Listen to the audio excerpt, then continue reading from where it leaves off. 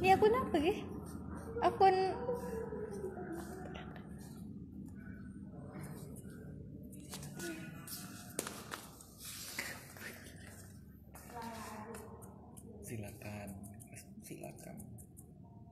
silakan ya awal. Silakan tulis pertanyaan di kolom live chat. komentar ya. Chat itu. Oh chat toh.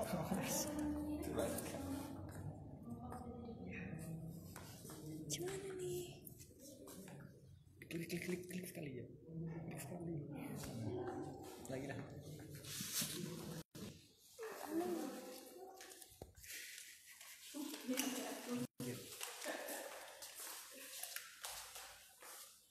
Oke, assalamualaikum warahmatullahi wabarakatuh. Selamat sore sahabat MTI dan juga sobat berdebar semua dimanapun kalian berada. Pada hari ini, hari Jumat, tanggal 12 Juni 2020, tepatnya pukul 16 waktu Indonesia Barat, sesuai dengan jadwal, Bujang Gayam Bangka Barat bekerjasama dengan Museum Timah Indonesia Muntok akan melaksanakan sebuah aksi, yaitu Fitur Merah, Virtual Tour Mengenal Sejarah. Jadi, pada kesempatan sore hari ini, kita akan melaksanakan fitur merah untuk sesi yang pertama, di mana sesi yang pertama ini kita akan membahas mengenai materi sejarah dan budaya Bangka. Nah, untuk sore hari ini, saya Agung Purnama selaku local guide di Museum Timah Indonesia Muntok sekaligus alumnus Bujang Gayam Bangka Barat tahun 2014 akan menjadi moderator untuk acara fitur merah pada sore hari ini dan juga untuk sesi yang kedua besok hari. Jadi pada hari ini yang bertugas sebagai guide untuk menjelaskan kepada seluruh sahabat MTI dan juga sobat berdebar adalah Kak Omel ataupun Kak Rantina Pikauli yang merupakan alumnus dari Bujang Gayam Bangka Barat tahun 2019. Untuk itu, seluruh sobat berdebar dan juga sahabat MTI dimanapun kalian berada, silahkan siapkan cemilan kalian dan juga minuman hangat untuk bisa menjadi pelengkap dalam acara fitur merah pada sore hari ini. Untuk mempersingkat waktu, langsung saja kita akan mendengarkan penjelasan dan juga perkenalan dari Kak Rantina Pikauli yang akan menjadi guide pada sore hari ini. Silakan Kak. Baik, terima kasih Kak Agung atas kesempatannya. Jadi kali ini saya akan menjelaskan tentang lintas sejarah Pulau Bangka yang ada di Kota Muntok terlebih dahulu. Baik, kita beralih ke panel yang pertama. Silakan dilihat. Jadi pada abad 1 sampai dengan 12, Pulau Bangka di bawah tentang prasasti Kota Kapur yang ada di Pulau Bangka. Prasasti Kota Kapur itu sendiri dibangun pada abad ke-7, tepatnya pada tahun 686 Masehi oleh Kedatuan Sriwijaya Lama. Kemudian, letak Kota Kapur itu sendiri berada di Kecamatan Mendo Barat, Kabupaten Bangka. Lanjut ke abad 14 sampai dengan 15. Pada abad 14 sampai dengan 15 ini, Bangka di bawah kekuasaan Majapahit. Namun, belum ada bukti otentik yang menunjukkan bahwa Majapahit pernah datang ke Pulau Bangka. Akan tetapi, pada abad 14 sampai dengan 15, berdasarkan legenda, Majapahit menguasai Bangka pada saat itu. Nah, kemudian ketika Majapahit tidak menemukan rempah-rempah pada akhir abad 15, mereka meninggalkan Pulau Bangka. Tetapi sebelumnya, berdasarkan legenda tadi, Pulau Bangka mengenal sistem pemerintahan pada saat kekuasaan Majapahit. Kemudian, tak lama dari Majapahit meninggalkan Pulau Bangka diserang oleh suku kanibal dari daerah Melukut. Ada dua versi yang mengatakan bahwa suku kanibal ini berasal dari daerah Kalimantan dan Sumatera. Tetapi belum ada dua referensi yang menyatakan bahwa kebenaran referensi tersebut. Yang mengusir suku kanibal dari Pulau Bangka adalah, ada yang tahu nggak? Jadi ada dua, yaitu Pangeran Sarah dari Johor dan Hulu Balang Harimau Garang dari Minangkabau. Pada saat itu pula Islam mulai memasuki Pulau Bangka untuk pertama kalinya. Lanjut ke abad 18. Aku jadi grogi. Pada abad ke-18, saya akan menceritakan sedikit tentang pembentukan Kota Muntok secara umum. Jadi Kota Muntok dibangun pada tahun 1734 oleh Mas Ayu Zamna, istri dari Sultan Muhammad Badarudin yang pertama. Inilah yang menjadikan Kota Muntok menjadi kota yang paling tua di Pulau Bangka. Kemudian pada abad ke-18 pula terjadi sejarah besar yaitu tentang penambangan timah. Dan disinilah Pulau Bangka ini kan terkenal banget ya dengan semboyannya yaitu Tangin Jejong, yang artinya Cina dan Melayu itu sama. Jadi sejarah penambangan timah juga bersangkut pautan dengan cikal bakal munculnya etnis Tionghoa di Pulau Bangka.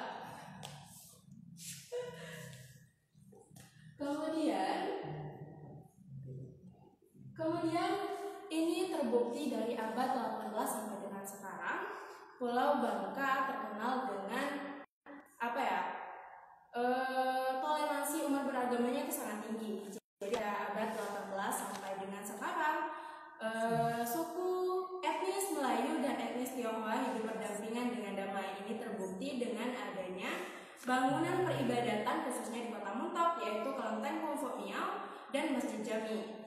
Dan itu artinya toleransi umat beragama di Pulau Bangka atau di Provinsi Kepulauan Bangka Belitung sudah terjalin selama berabad-abad silam.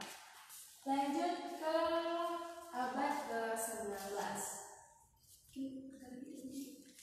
Agak bisu. Abad ke-19.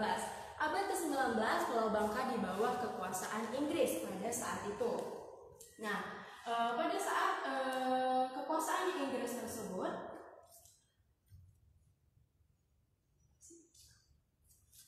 nama Kota Muntok diganti menjadi Minto. Nama Minto diambil dari nama salah satu jenderal yang bernama Lord Minto. Dan pada abad ke-19 pula Muntok dijadikan ibu kota Pulau Bangka. Jadi jauh sebelum Pangkal Pinang, Muntok merupakan ibu kota pertama di Pulau Bangka.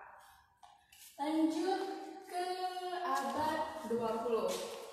Di abad ke-20 tersebut, Pulau Bangka di bawah kekuasaan Belanda. Dan pada saat masa kekuasaan Belanda inilah Belanda mulai membangun infrastruktur yang ada di Pulau Bangka, khususnya di Kota Muntok. Belanda membangun Mercusuar Tanjung Kalian pada tahun 1862, Mercusuar Tanjung Ular pada tahun 1892, dan Museum Timah Indonesia yang sekarang pada tahun 1915. Nah, perlu sobat berdebar ketahui bahwasanya Museum Timah Indonesia Muntok ini sekarang dulu namanya adalah BTW, Bangka Tinwini, yang merupakan perkantoran pusat dan urusan pertimahan yang ada di Pulau Bangka.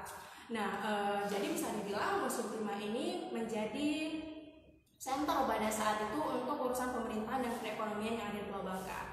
Kemudian, apakah sobat berdebar sudah mengetahui kapan sih terbentuknya Provinsi Kepulauan Bangka Belitung itu sendiri? Jadi Kepulauan Bangka Belitung itu dibangunnya pada 21 November tahun 2000 dengan 2 kabupaten, yaitu Kabupaten Bangka, Kabupaten Belitung, dan 1 kota medianya yaitu Pangkal Pinang. Kemudian baru terjadi pemekaran pada tahun 2003 sehingga muncullah 4 kabupaten lainnya, yaitu Kabupaten Bangka Barat, Kabupaten Bangka Selatan, Kabupaten Belitung Timur, dan Kabupaten Bangka Tengah. Nah, Bangka Barat itu sendiri kita sedikit menyempit, diresmikan pada tanggal 24 Mei tahun 2003 dengan 6 kecamatannya, yaitu Kecamatan Muntok, Paritiga, Jebus, Kelapa, Tempilang, dan Simpang Tritip. Baik, selesai di galeri yang pertama tentang lintas sejarah, yaitu kita lanjut ke galeri sosial budaya yang ada di Kota Muntok. Jadi saya akan membahas tentang kain cuak yang ada di Kota Muntok ini khususnya, karena kita di Pulau Bangka Belitung yang terkenal itu adalah kain batik cuaknya. Mungkin bisa dilihat dulu pantungnya. Oke, jadi kain cual ini dahulunya namanya adalah Linmar Muntok. Jadi jauh sebelum Sebelum cual, limar muntok lebih dikenal oleh masyarakat luas. Dulunya kain cual ini ditenun oleh bangsawan dari Palembang. Jadi jika ada kemiripan motif dengan songket Palembang, itu bahwasanya karena memang awalnya cual ditenun oleh bangsawan Palembang. Nah, jadi ada yang tahu nggak sih tentang apa ya arti dari cual itu sendiri? Jadi cual itu bukan berasal dari singkatan dari celupan awal. Jadi celupan awal di sini maksudnya adalah benang-benang itu sebelum dibuat menjadi kain, benang-benang yang dirapikan kemudian dicelupkan ke tempat pewarnaan di sebuah wadah. Jadi itulah yang dinamakan celupan awal. Dulunya kain cual ini dipakai oleh bangsawan-bangsawan saja, tetapi seiring berjalannya waktu kain cual sudah lebih dimasyarakatkan. Baik, segitu aja. Jadi lintas sejarah tentang sosial budaya yang saya dapat sampaikan. Kalau ada pertanyaan, mungkin teman-teman boleh langsung ketik di situ. Nanti kita akan coba jawab. Oke, mungkin Kak Agung boleh bergabung. Oke, halo semuanya. Demikian tadi penjelasan dari Kak Omel mengenai sejarah dan juga budaya yang ada di Pulau Bangka. Saya akan membacakan sedikit beberapa review dan juga komentar dari Sobat Berdebat dan juga sahabat MTI yang sudah join live Instagram kita pada sore hari ini.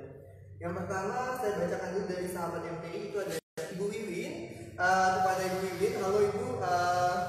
Ibu Wiwin sempat memberikan sedikit komentar masalah kualitas suara, yang mana memang kita tahu bahwa Museum Timah Indonesia Muntok ini memiliki struktur bangunan yang lumayan tinggi, sehingga suara yang dihasilkan juga memang memiliki gaung ataupun gema, sehingga memang sulit untuk bisa lebih fokus dalam menangkap suara. Jadi mungkin ini bisa menjadi sebuah pelajaran buat kami, karena ini baru pertama kali ya Bujang Daya Makabar melakukan aksi virtual tour ini. Jadi ke depan mungkin akan kami coba siasati. Ibu, terima kasih banyak atas saran dan masukannya.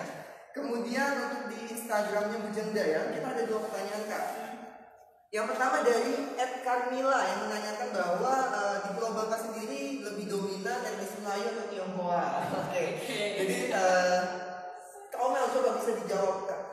Oke, mungkin saya membantu menjawab Carmila, yaitu tentang yang dominan ya, yang dominan di Pulau Bangka ini sendiri, yaitu kebanyakan mungkin udah pada tahu sih Kak ya. Yang dominan itu adalah etnis Melayu daripada Tionghoanya.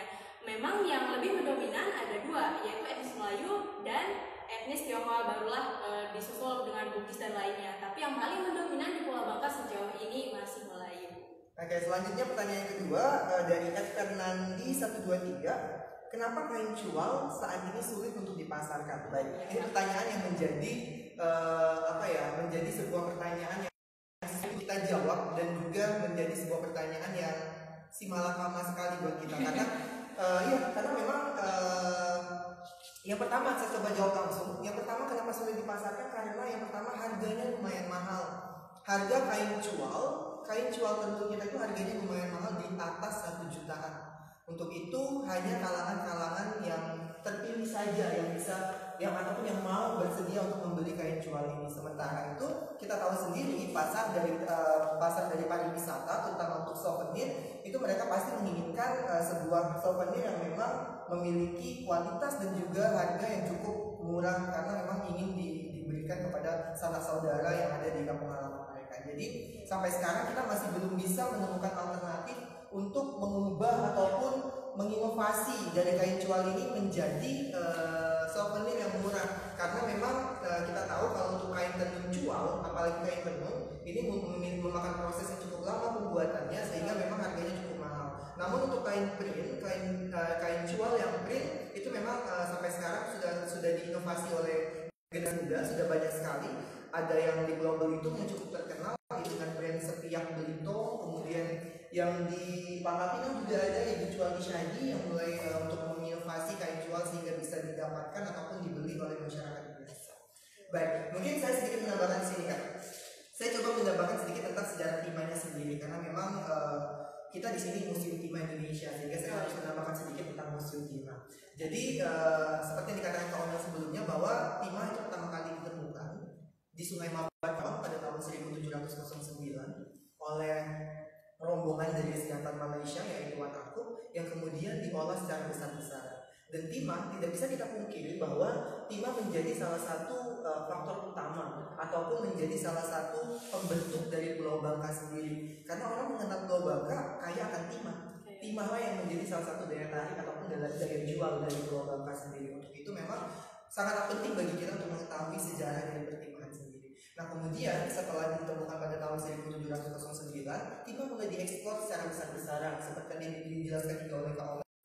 Etnis Tionghoa didatangkan ke Pulau Bangka untuk bisa mengolah dari penambangan timah. Karena kita tahu etnis Tionghoa memiliki ilmu pengetahuan dalam bidang teknologi yang lebih unggul dibandingkan dengan masyarakat dibandingkan dengan masyarakat Melayu yang ada di negara-negara Asia lainnya. Nah kemudian maka dari itu muncullah etnis Tionghoa tadi menjadi salah satu etnis yang cukup besar di provinsi Kepulauan Bangka Belitung sehingga muncullah slogan Tomin Fat Min Jejong seperti yang tadi sudah dijelaskan. Dan timah akhirnya mulai dikembangkan dan mulai menjadi milik negara itu sekitar tahun 1960-an. Nah sebelum 1960-an memang timah di Pulau Bangka itu diolah ataupun dikuasai oleh beberapa negara, dimulai dari Kesultanan Palembang, kemudian dimulai dengan Inggris pada tahun 1800-an, kemudian juga Belanda, dan kemudian pada saat Perang Dunia Kedua dikuasai oleh Jepang, hingga akhirnya jatuh lagi ke tangan Belanda. Dan pada tahun 1960-an, jauh setelah kita merdeka 1945, barulah timah itu diolah oleh Indonesia dengan namanya itu yang seperti kita kenal sekarang yaitu PT Timah Tbk. Baik, mungkin sampai di sini dulu kakak-kakak admin. Apakah ada pertanyaan yang baru muncul? Ada. Silakan dibacain aja. Boleh dibacain Kak Cantika, silakan. Oke baik, ini ada satu pertanyaan. Bisa cerita tentang kejayaan timah di Bangka Barat sampai sekarang? Dari siapa Kak? Dari Septiar. Septiar Andri Laransyah. Oke, Septiar. Kejayaan timah di Bangka Barat ya? Yap. Oke, jadi kalau kita berbicara tentang kejayaan timah di Bangka Barat sendiri, seperti yang saya sebutkan sebelumnya bahwa Museum Timah Indonesia Muntok ataupun yang dulunya dikenal dengan sebutan BDW Bangka Twining merupakan salah satu bukti dari kejayaan timah yang ada di Kabupaten Bangka Barat. Karena apa? Karena bangunan BTW ini, Museum Timah Indonesia Muntok ini dulunya adalah site center, dulunya adalah pusat untuk pengolahan dan juga pusat untuk administrasi serta urusan penambangan timah di Pulau Bangka. Jadi hampir seluruh wilayah produksi timah yang ada di provinsi Pulau Bangka Belitung itu berpusat di sini di Kota Muntok. Dari awal ditemukannya timah di Pulau Bangka, tepatnya di Sungai Mabat Merawang, kemudian mulai meluas dan merambah ke daerah-daerah lainnya di Pulau Bangka yang lain, dan masuklah dia ke Bangka. Di Bangka Barat sendiri ada beberapa wilayah yang memang cukup terkenal dengan timahnya, seperti di Sungai Bulu, daerah Jebus, sehingga di sana dibangunlah sebuah benteng. Kemudian juga ada di daerah Tempilang, dibangunlah sebuah benteng juga di sana, benteng Kota Tempilang, yang mana dulunya itu tetap memiliki kaitan dengan timah. Sehingga banyak sekali bukti-bukti kejayaan dari penambangan timah yang bisa kita lihat untuk di Kabupaten Bangka Barat sendiri. Mungkin itu jawaban yang bisa saya berikan untuk Septian. Jadi semoga jawaban yang kami berikan bisa bermanfaat dan juga bisa menambah wawasan bagi Septian. Apakah ada pertanyaan lain Kak? Ada nih dari Suparto. Oke. Kak izin bertanya, tadi kan kata kakak Majapahit pernah menjajah Pulau Bangka nih. Nah, saya baru tahu tuh Kak. Setahu saya Sriwijaya selain Majapahit dan Sriwijaya, kerajaan apa yang pernah menduduki Pulau Bangka Kak? Oke, baik. Jadi gini Kak Suparto. Iya, tadi udah dijelasin juga sama Kak Omel bahwa memang itu masih menjadi legenda. Artinya apa? Kita harus membedakan dulu nih. Saya harus memberikan definisi sedikit. Legenda dan sejarah adalah dua hal yang berbeda. Legenda adalah sebuah hal yang belum terbukti ada terjadi atau tidak. Jadi kita belum bisa menemukan bukti-bukti otentik yang menyatakan bahwa Majapahit memang pernah menguasai Pulau Bangka. Artinya adalah ini masih menjadi tutur lisan, masih menjadi cerita dari mulut ke mulut, sehingga belum ada bukti yang nyata membuktikan bahwa memang Majapahit pernah berkuasa atas Pulau Bangka. Beda halnya dengan Kerajaan Sriwijaya. Sudah terbukti bahwa Kerajaan Sriwijaya pernah datang ke sini dengan adanya prasasti Kota Kapur yang dibuat pada abad ke-7, tepatnya pada tahun 686 Masehi. Nah kemudian selain dari dua kerajaan tersebut, kerajaan mana lagi sih Kak yang pernah datang ke sini? Seperti tadi yang udah dijelaskan Kak Omel, ada kerajaan dari Johor dan juga ada kerajaan dari Minangkabau. Jadi ada juga kerajaan Banten. Jadi masih ada beberapa kerajaan-kerajaan lainnya yang berdasarkan literasi itu memang pernah menguasai Pulau Bangka. Jadi siapa tadi Kak? Suparto ya. Jadi ayo kita belajar lagi nih, kita kenali lagi perbedaan antara legenda dan juga sejarah itu apa. Yang jelas yang namanya legenda itu belum tentu terbukti, sementara yang namanya sejarah itu udah pasti terjadi. Semoga bisa menjawab dan memberikan ilmu baru ya buat Suparto. Yang lain Kak? Oke, ada pertanyaan selanjutnya. Oke. Kak, di Mentok masih ada nggak nih tempat penenun? Dari siapa Kak? Dari Lista. Lista. Oke, silakan Kak Omel bisa dijawab. Tempat penenun ya. Oke. Jadi mungkin saya akan cerita sedikit. Siapa tadi? Lista. Jadi di Mentok itu sendiri ada namanya Kampung Petenun. Mungkin yang lebih sekarang kita kenal dengan Kampung Teluk Rubiah sekarang. Nah, tempat penenun itu sendiri kami pernah berkunjung ke satu tempat penenun ya Kak, yaitu namanya Ibu Magdalena. Jadi dia merupakan penenun satu-satunya mungkin yang ada di Kota Mentok. Nah, di situ kami kemarin sempat belajar juga mengenai apa ya motif-motifnya dan kemudian melihatnya menenun kain itu sendiri. Benar yang Kak Agung bilang tadi prosesnya itu sangat lama. Tetapi alhamdulillah sampai sekarang kita masih menemukan orang-orang yang masih menjunjung tinggi budaya kita sendiri, yaitu dia ada tadi yang Ibu Malena di Kota Mentok. Itu masih kita bisa temukan. Iya. Jadi memang buat Lista bisa menjadi referensi juga bahwa memang di Kota Mentok masih ada Ibu Magdalena yang memang masih aktif untuk menenun kain syawal di Kota Mentok. Ada lagi Kak pertanyaan tadi? Ada nih. Izin bertanya Kak Agung, bisa diulangi tentang sejarah terbentuknya Kota Mentok? Oke, dari siapa Kak? Dari Insinyur Gawe. Oke. Baik, saya jelaskan sedikit ya. Saya jelaskan sedikit secara ringkas buat Insinyur Gawe tentang pembentukan Kota Mentok. Pembentukan Kota Mentok seperti yang sudah dijelaskan oleh Kak Natina Fikoli atau Kak Omel bahwa memang dibentuk pada tahun 1734, tepatnya pada tanggal 7 September 1734. Pada saat itu Kota Mentok dibangun oleh Mas Ayu Zamna, istri dari Sultan Mahmud Badaruddin yang pertama. Jadi ketika Mas Ayu Zamna dan juga Sultan Mahmud bersama dengan rombongan dari Siantar, mereka berlayar menuju ke Pulau Bangka. Pada saat itu Sultan Mahmud bertanya kepada istrinya yaitu Mas Ayu Zamna hendak tinggal di mana. Kemudian Mas Ayu Zamna menjawab dengan bahasa Siantar, entok. Nah, entok itu kalau bahasa Siantar artinya di sana, gitu loh. Nah, kemudian dari kata entok tersebut lama-kelamaan berkembanglah menjadi mentok seperti yang kita kenal sekarang. Nah, makanya dari situ kita mengenal yang namanya kota Mentok. Dan pada saat itulah mulai dibangun 7 gubuk rumah di Kota Mentok. Jadi tahap awal pembangunannya memang pada saat itu pada tanggal 7 September 1734. Jadi itu tadi sejarah ringkasnya ya, Kak, buat Kak Insinyur Gawe. Jadi semoga bisa menambah ilmunya, ilmu wawasannya. Kalaupun memang nanti mau mencari referensi lain, bisa datang ke Museum Bima Indonesia. Karena kita memiliki perpustakaan di lantai 2, jadi di sana kalian bisa baca-baca lagi informasi-informasi mengenai sejarah. Ada lagi Kak? Ada nih dari Karisyatul Hikmah. Nah, di sini Kak, Bangka kan dikenal dengan kekayaan timahnya. Apa ada kekayaan alam lainnya selain timah yang bisa dikembangkan atau diperkenalkan ke masyarakat atau wisatawan? Mungkin saya coba jawab, nanti bisa ditambahin ke Kak Agung. Oke, jadi kekayaan mana lagi di Pulau Bangka yang lebih dikenal? Jadi Kota Mentok itu sendiri Pulau Bangka lah ya, tapi lebih spesifik ke Kota Mentoknya. Kota Mentok itu selain terkenal akan penambangan timah, juga terkenal dengan Mentok white pepper. Jadi ladanya itu kita memang sudah bukan terkenal di Pulau Bangka Indonesia lagi ya Kak, tapi sudah menembus ekspor ke luar negeri. Jadi selain penambangan timah, itu juga bisa memanfaatkan kekayaan alam lainnya yaitu dengan lada tadi. Tapi lada itu juga sudah terkenal dari sudah sangat lama sih. Mungkin bisa menambah wawasannya. Ya, benar banget. Jadi memang kekayaan alam kita selain timah seperti yang disebutkan adalah lada atau Mentok white pepper. Jadi saya jelaskan sedikit kenapa brand itu Mentok white pepper merupakan brand dari lada yang ada di Provinsi Kepulauan Bangka Belitung. Seluruh lada yang sudah diolah dari Provinsi Kepulauan Bangka Belitung akan menggunakan brand Mentok white pepper yang cukup dikenal di dunia. Nah, kenapa menggunakan nama Mentok? Saya akan menjelaskan sejarahnya. Jadi tanaman lada itu pertama kali ditanam untuk di provinsi Kepulauan Bangka Belitung adalah di Pulau Belitung. Tetapi untuk di Pulau Bangka pertama kali ditanam adalah di Kota Mentok. Nah makanya nama dari brand lada dari provinsi Kepulauan Bangka Belitung itu dikenal dengan Mentok White Pepper. Dan alasan lainnya adalah Mentok memiliki sebuah pelabuhan lama.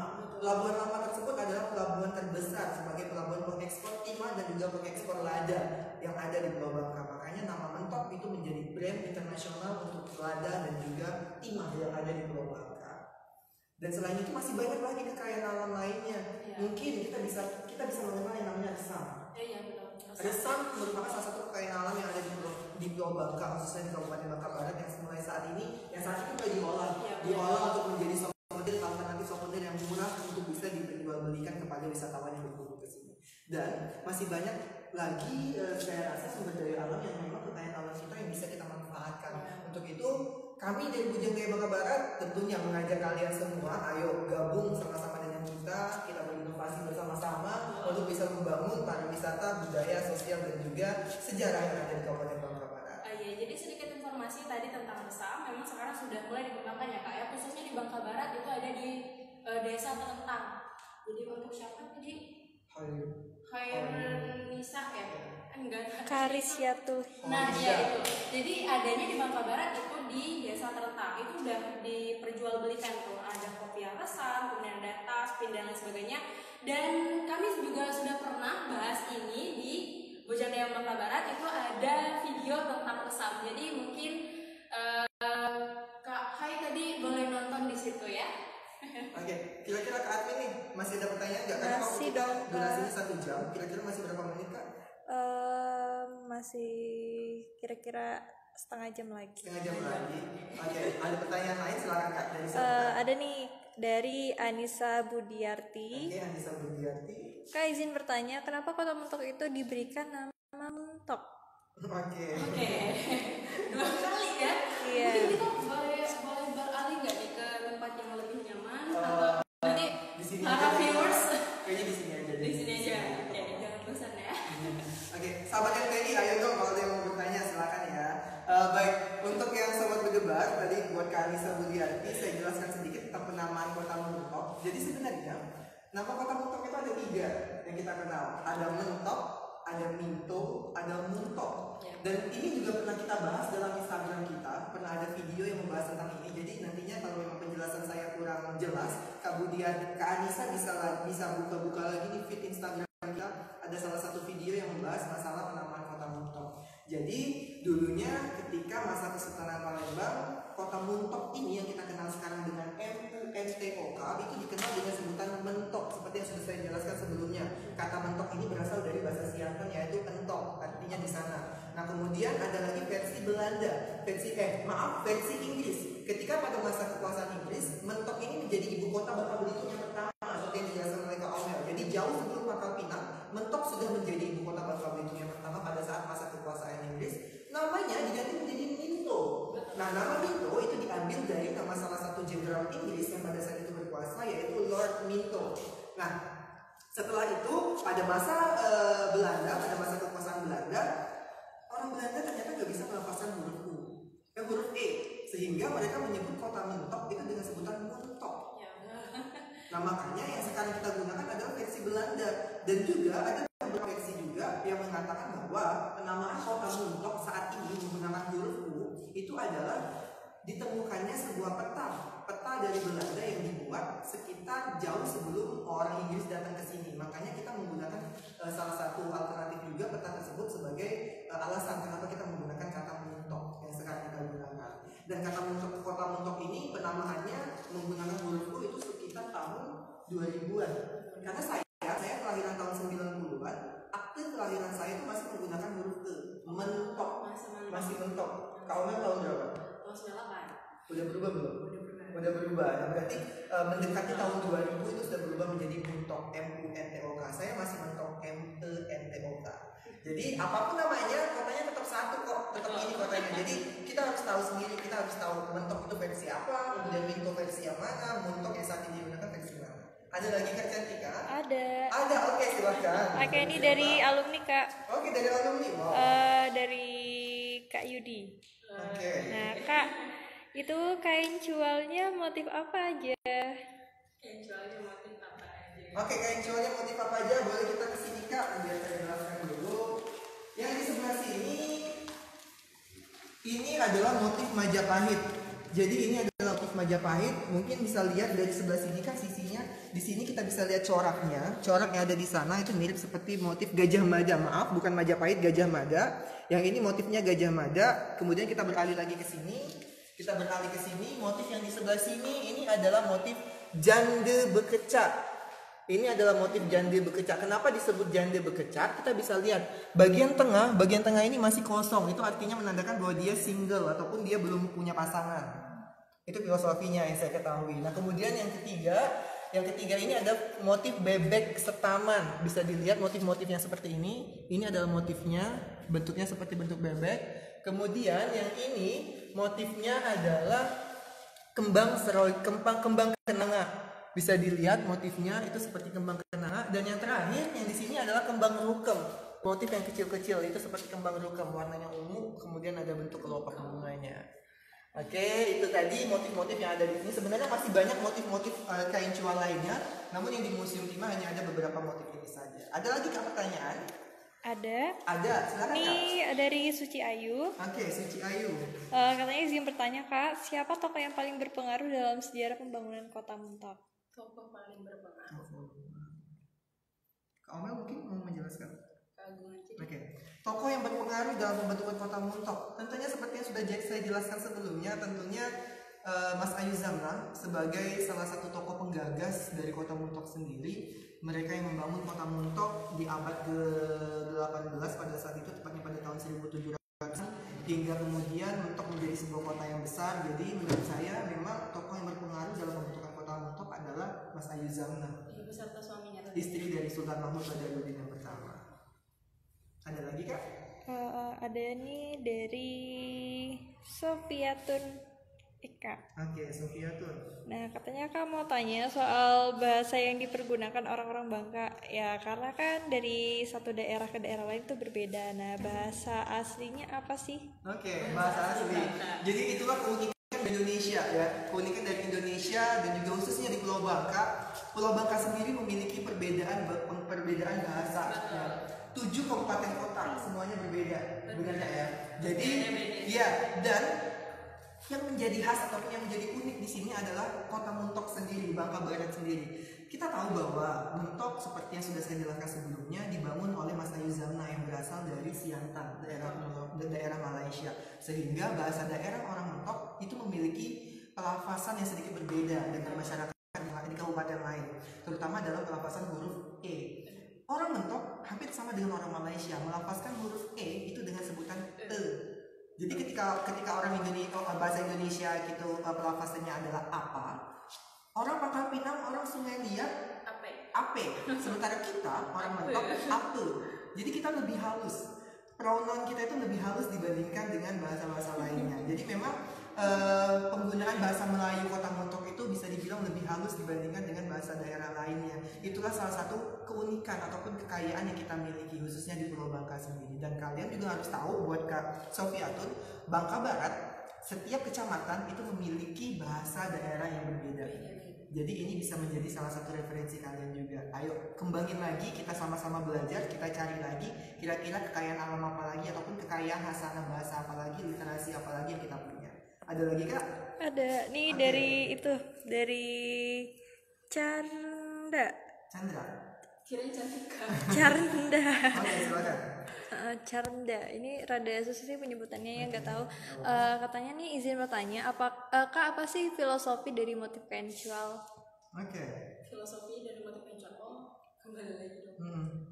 Oke, sebelumnya kami minta maaf ya kalau untuk penyebutan dari nama Instagram kalian agak salah karena memang kita nggak tahu pasti ya pelafasannya. Jadi buat Kak Canda, jadi kena filosofinya adalah diambil dari ruang lingkup keseharian masyarakat Melayu. Jadi seperti yang saya jelaskan tadi, kenapa muncul motif Gajah Mada ya karena memang berdasarkan legenda dari mulut ke mulut masyarakat Gang Majapahit pernah datang ke sini sehingga terbentuklah motif Gajah Mada. Nah kemudian motif jadi bekecak, jande bekecak. Bekecak itu kalau bahasa adalah motif janda bekeca itu adalah motif yang terbentuk Berdandan ya gitu. berdandan, jadi untuk mencari pasangan, untuk mencari apa ya, mencari untuk memikat lawan jenis dan lain sebagainya. Kemudian ada bebek berkandang, itu juga motif yang diambil dari kehidupan sehari-hari. Rukam, kembang rukam, mungkin ini penyamaannya berbeda di daerah-daerah lainnya. Jadi memang filosofi ataupun filosofi dari motif-motif kain cual itu beragam, dan semuanya itu diambil dari keseharian kehidupan masyarakat Melayu khususnya di Kota Muntok. Ada lagi Kak? Ada dong. Oke, Nih bentar Kak, masih berapa menit Kak? masih lama nih, masih kira-kira 20 menit. 20 menitan, oke Kak. Baru 10 menit Baik, ya. 20 menitan, silakan. Oke baik nih, kembali dari Insinyur Gawe. Oke. Katanya pertama kali katanya siapa sih pertama kali menambang timah atau penemu timah di Pulau Bangka? Oke. Berbicara tentang sejarah timah, ini menjadi sebuah perbincangan yang cukup panjang. Karena memang saya pribadi bekerja di musim timah ini sudah hampir 7 tahun, tetapi sampai sekarang banyak sekali versi-versi yang mengatakan tentang sejarah timah yang berbeda-beda. Jadi jika kita membaca satu buku dengan buku yang lainnya, ini akan mengemukakan pendapat yang berbeda-beda karena mereka juga belum bisa pasti menentukan pertama kali penambangan timah itu dimulai kapan. Yang jelas, ada yang mengatakan bahwa prasasti Kota Kapur yang ditemukan pada abad ke-7, tepatnya tahun yang dibuat pada abad ke-7, tepatnya tahun 686 Masehi, ini sudah menjadi indikasi tentang keberadaan timah di Pulau Bangka. Itu artinya sejak abad awal Pulau Bangka ini sudah mengenal timah. Nah kemudian prasasti itu juga menyebutkan bahwa timah menjadi salah satu alasan kenapa sampai terbentuknya prasasti tersebut. Bahwa masyarakat pada saat itu ya terutama Kedatuan Sriwijaya bertindak ingin menguasai Pulau Bangka dengan kekayaan timah yang dia punya. Tetapi banyak para sejarawan yang menyepakati angka 1709 dan 1710 menjadi tahun-tahun pertama kali pengeksploran timah secara besar-besaran di Pulau Bangka. Jadi buat Insinyur Gawe bisa dicatat, bisa juga direkam.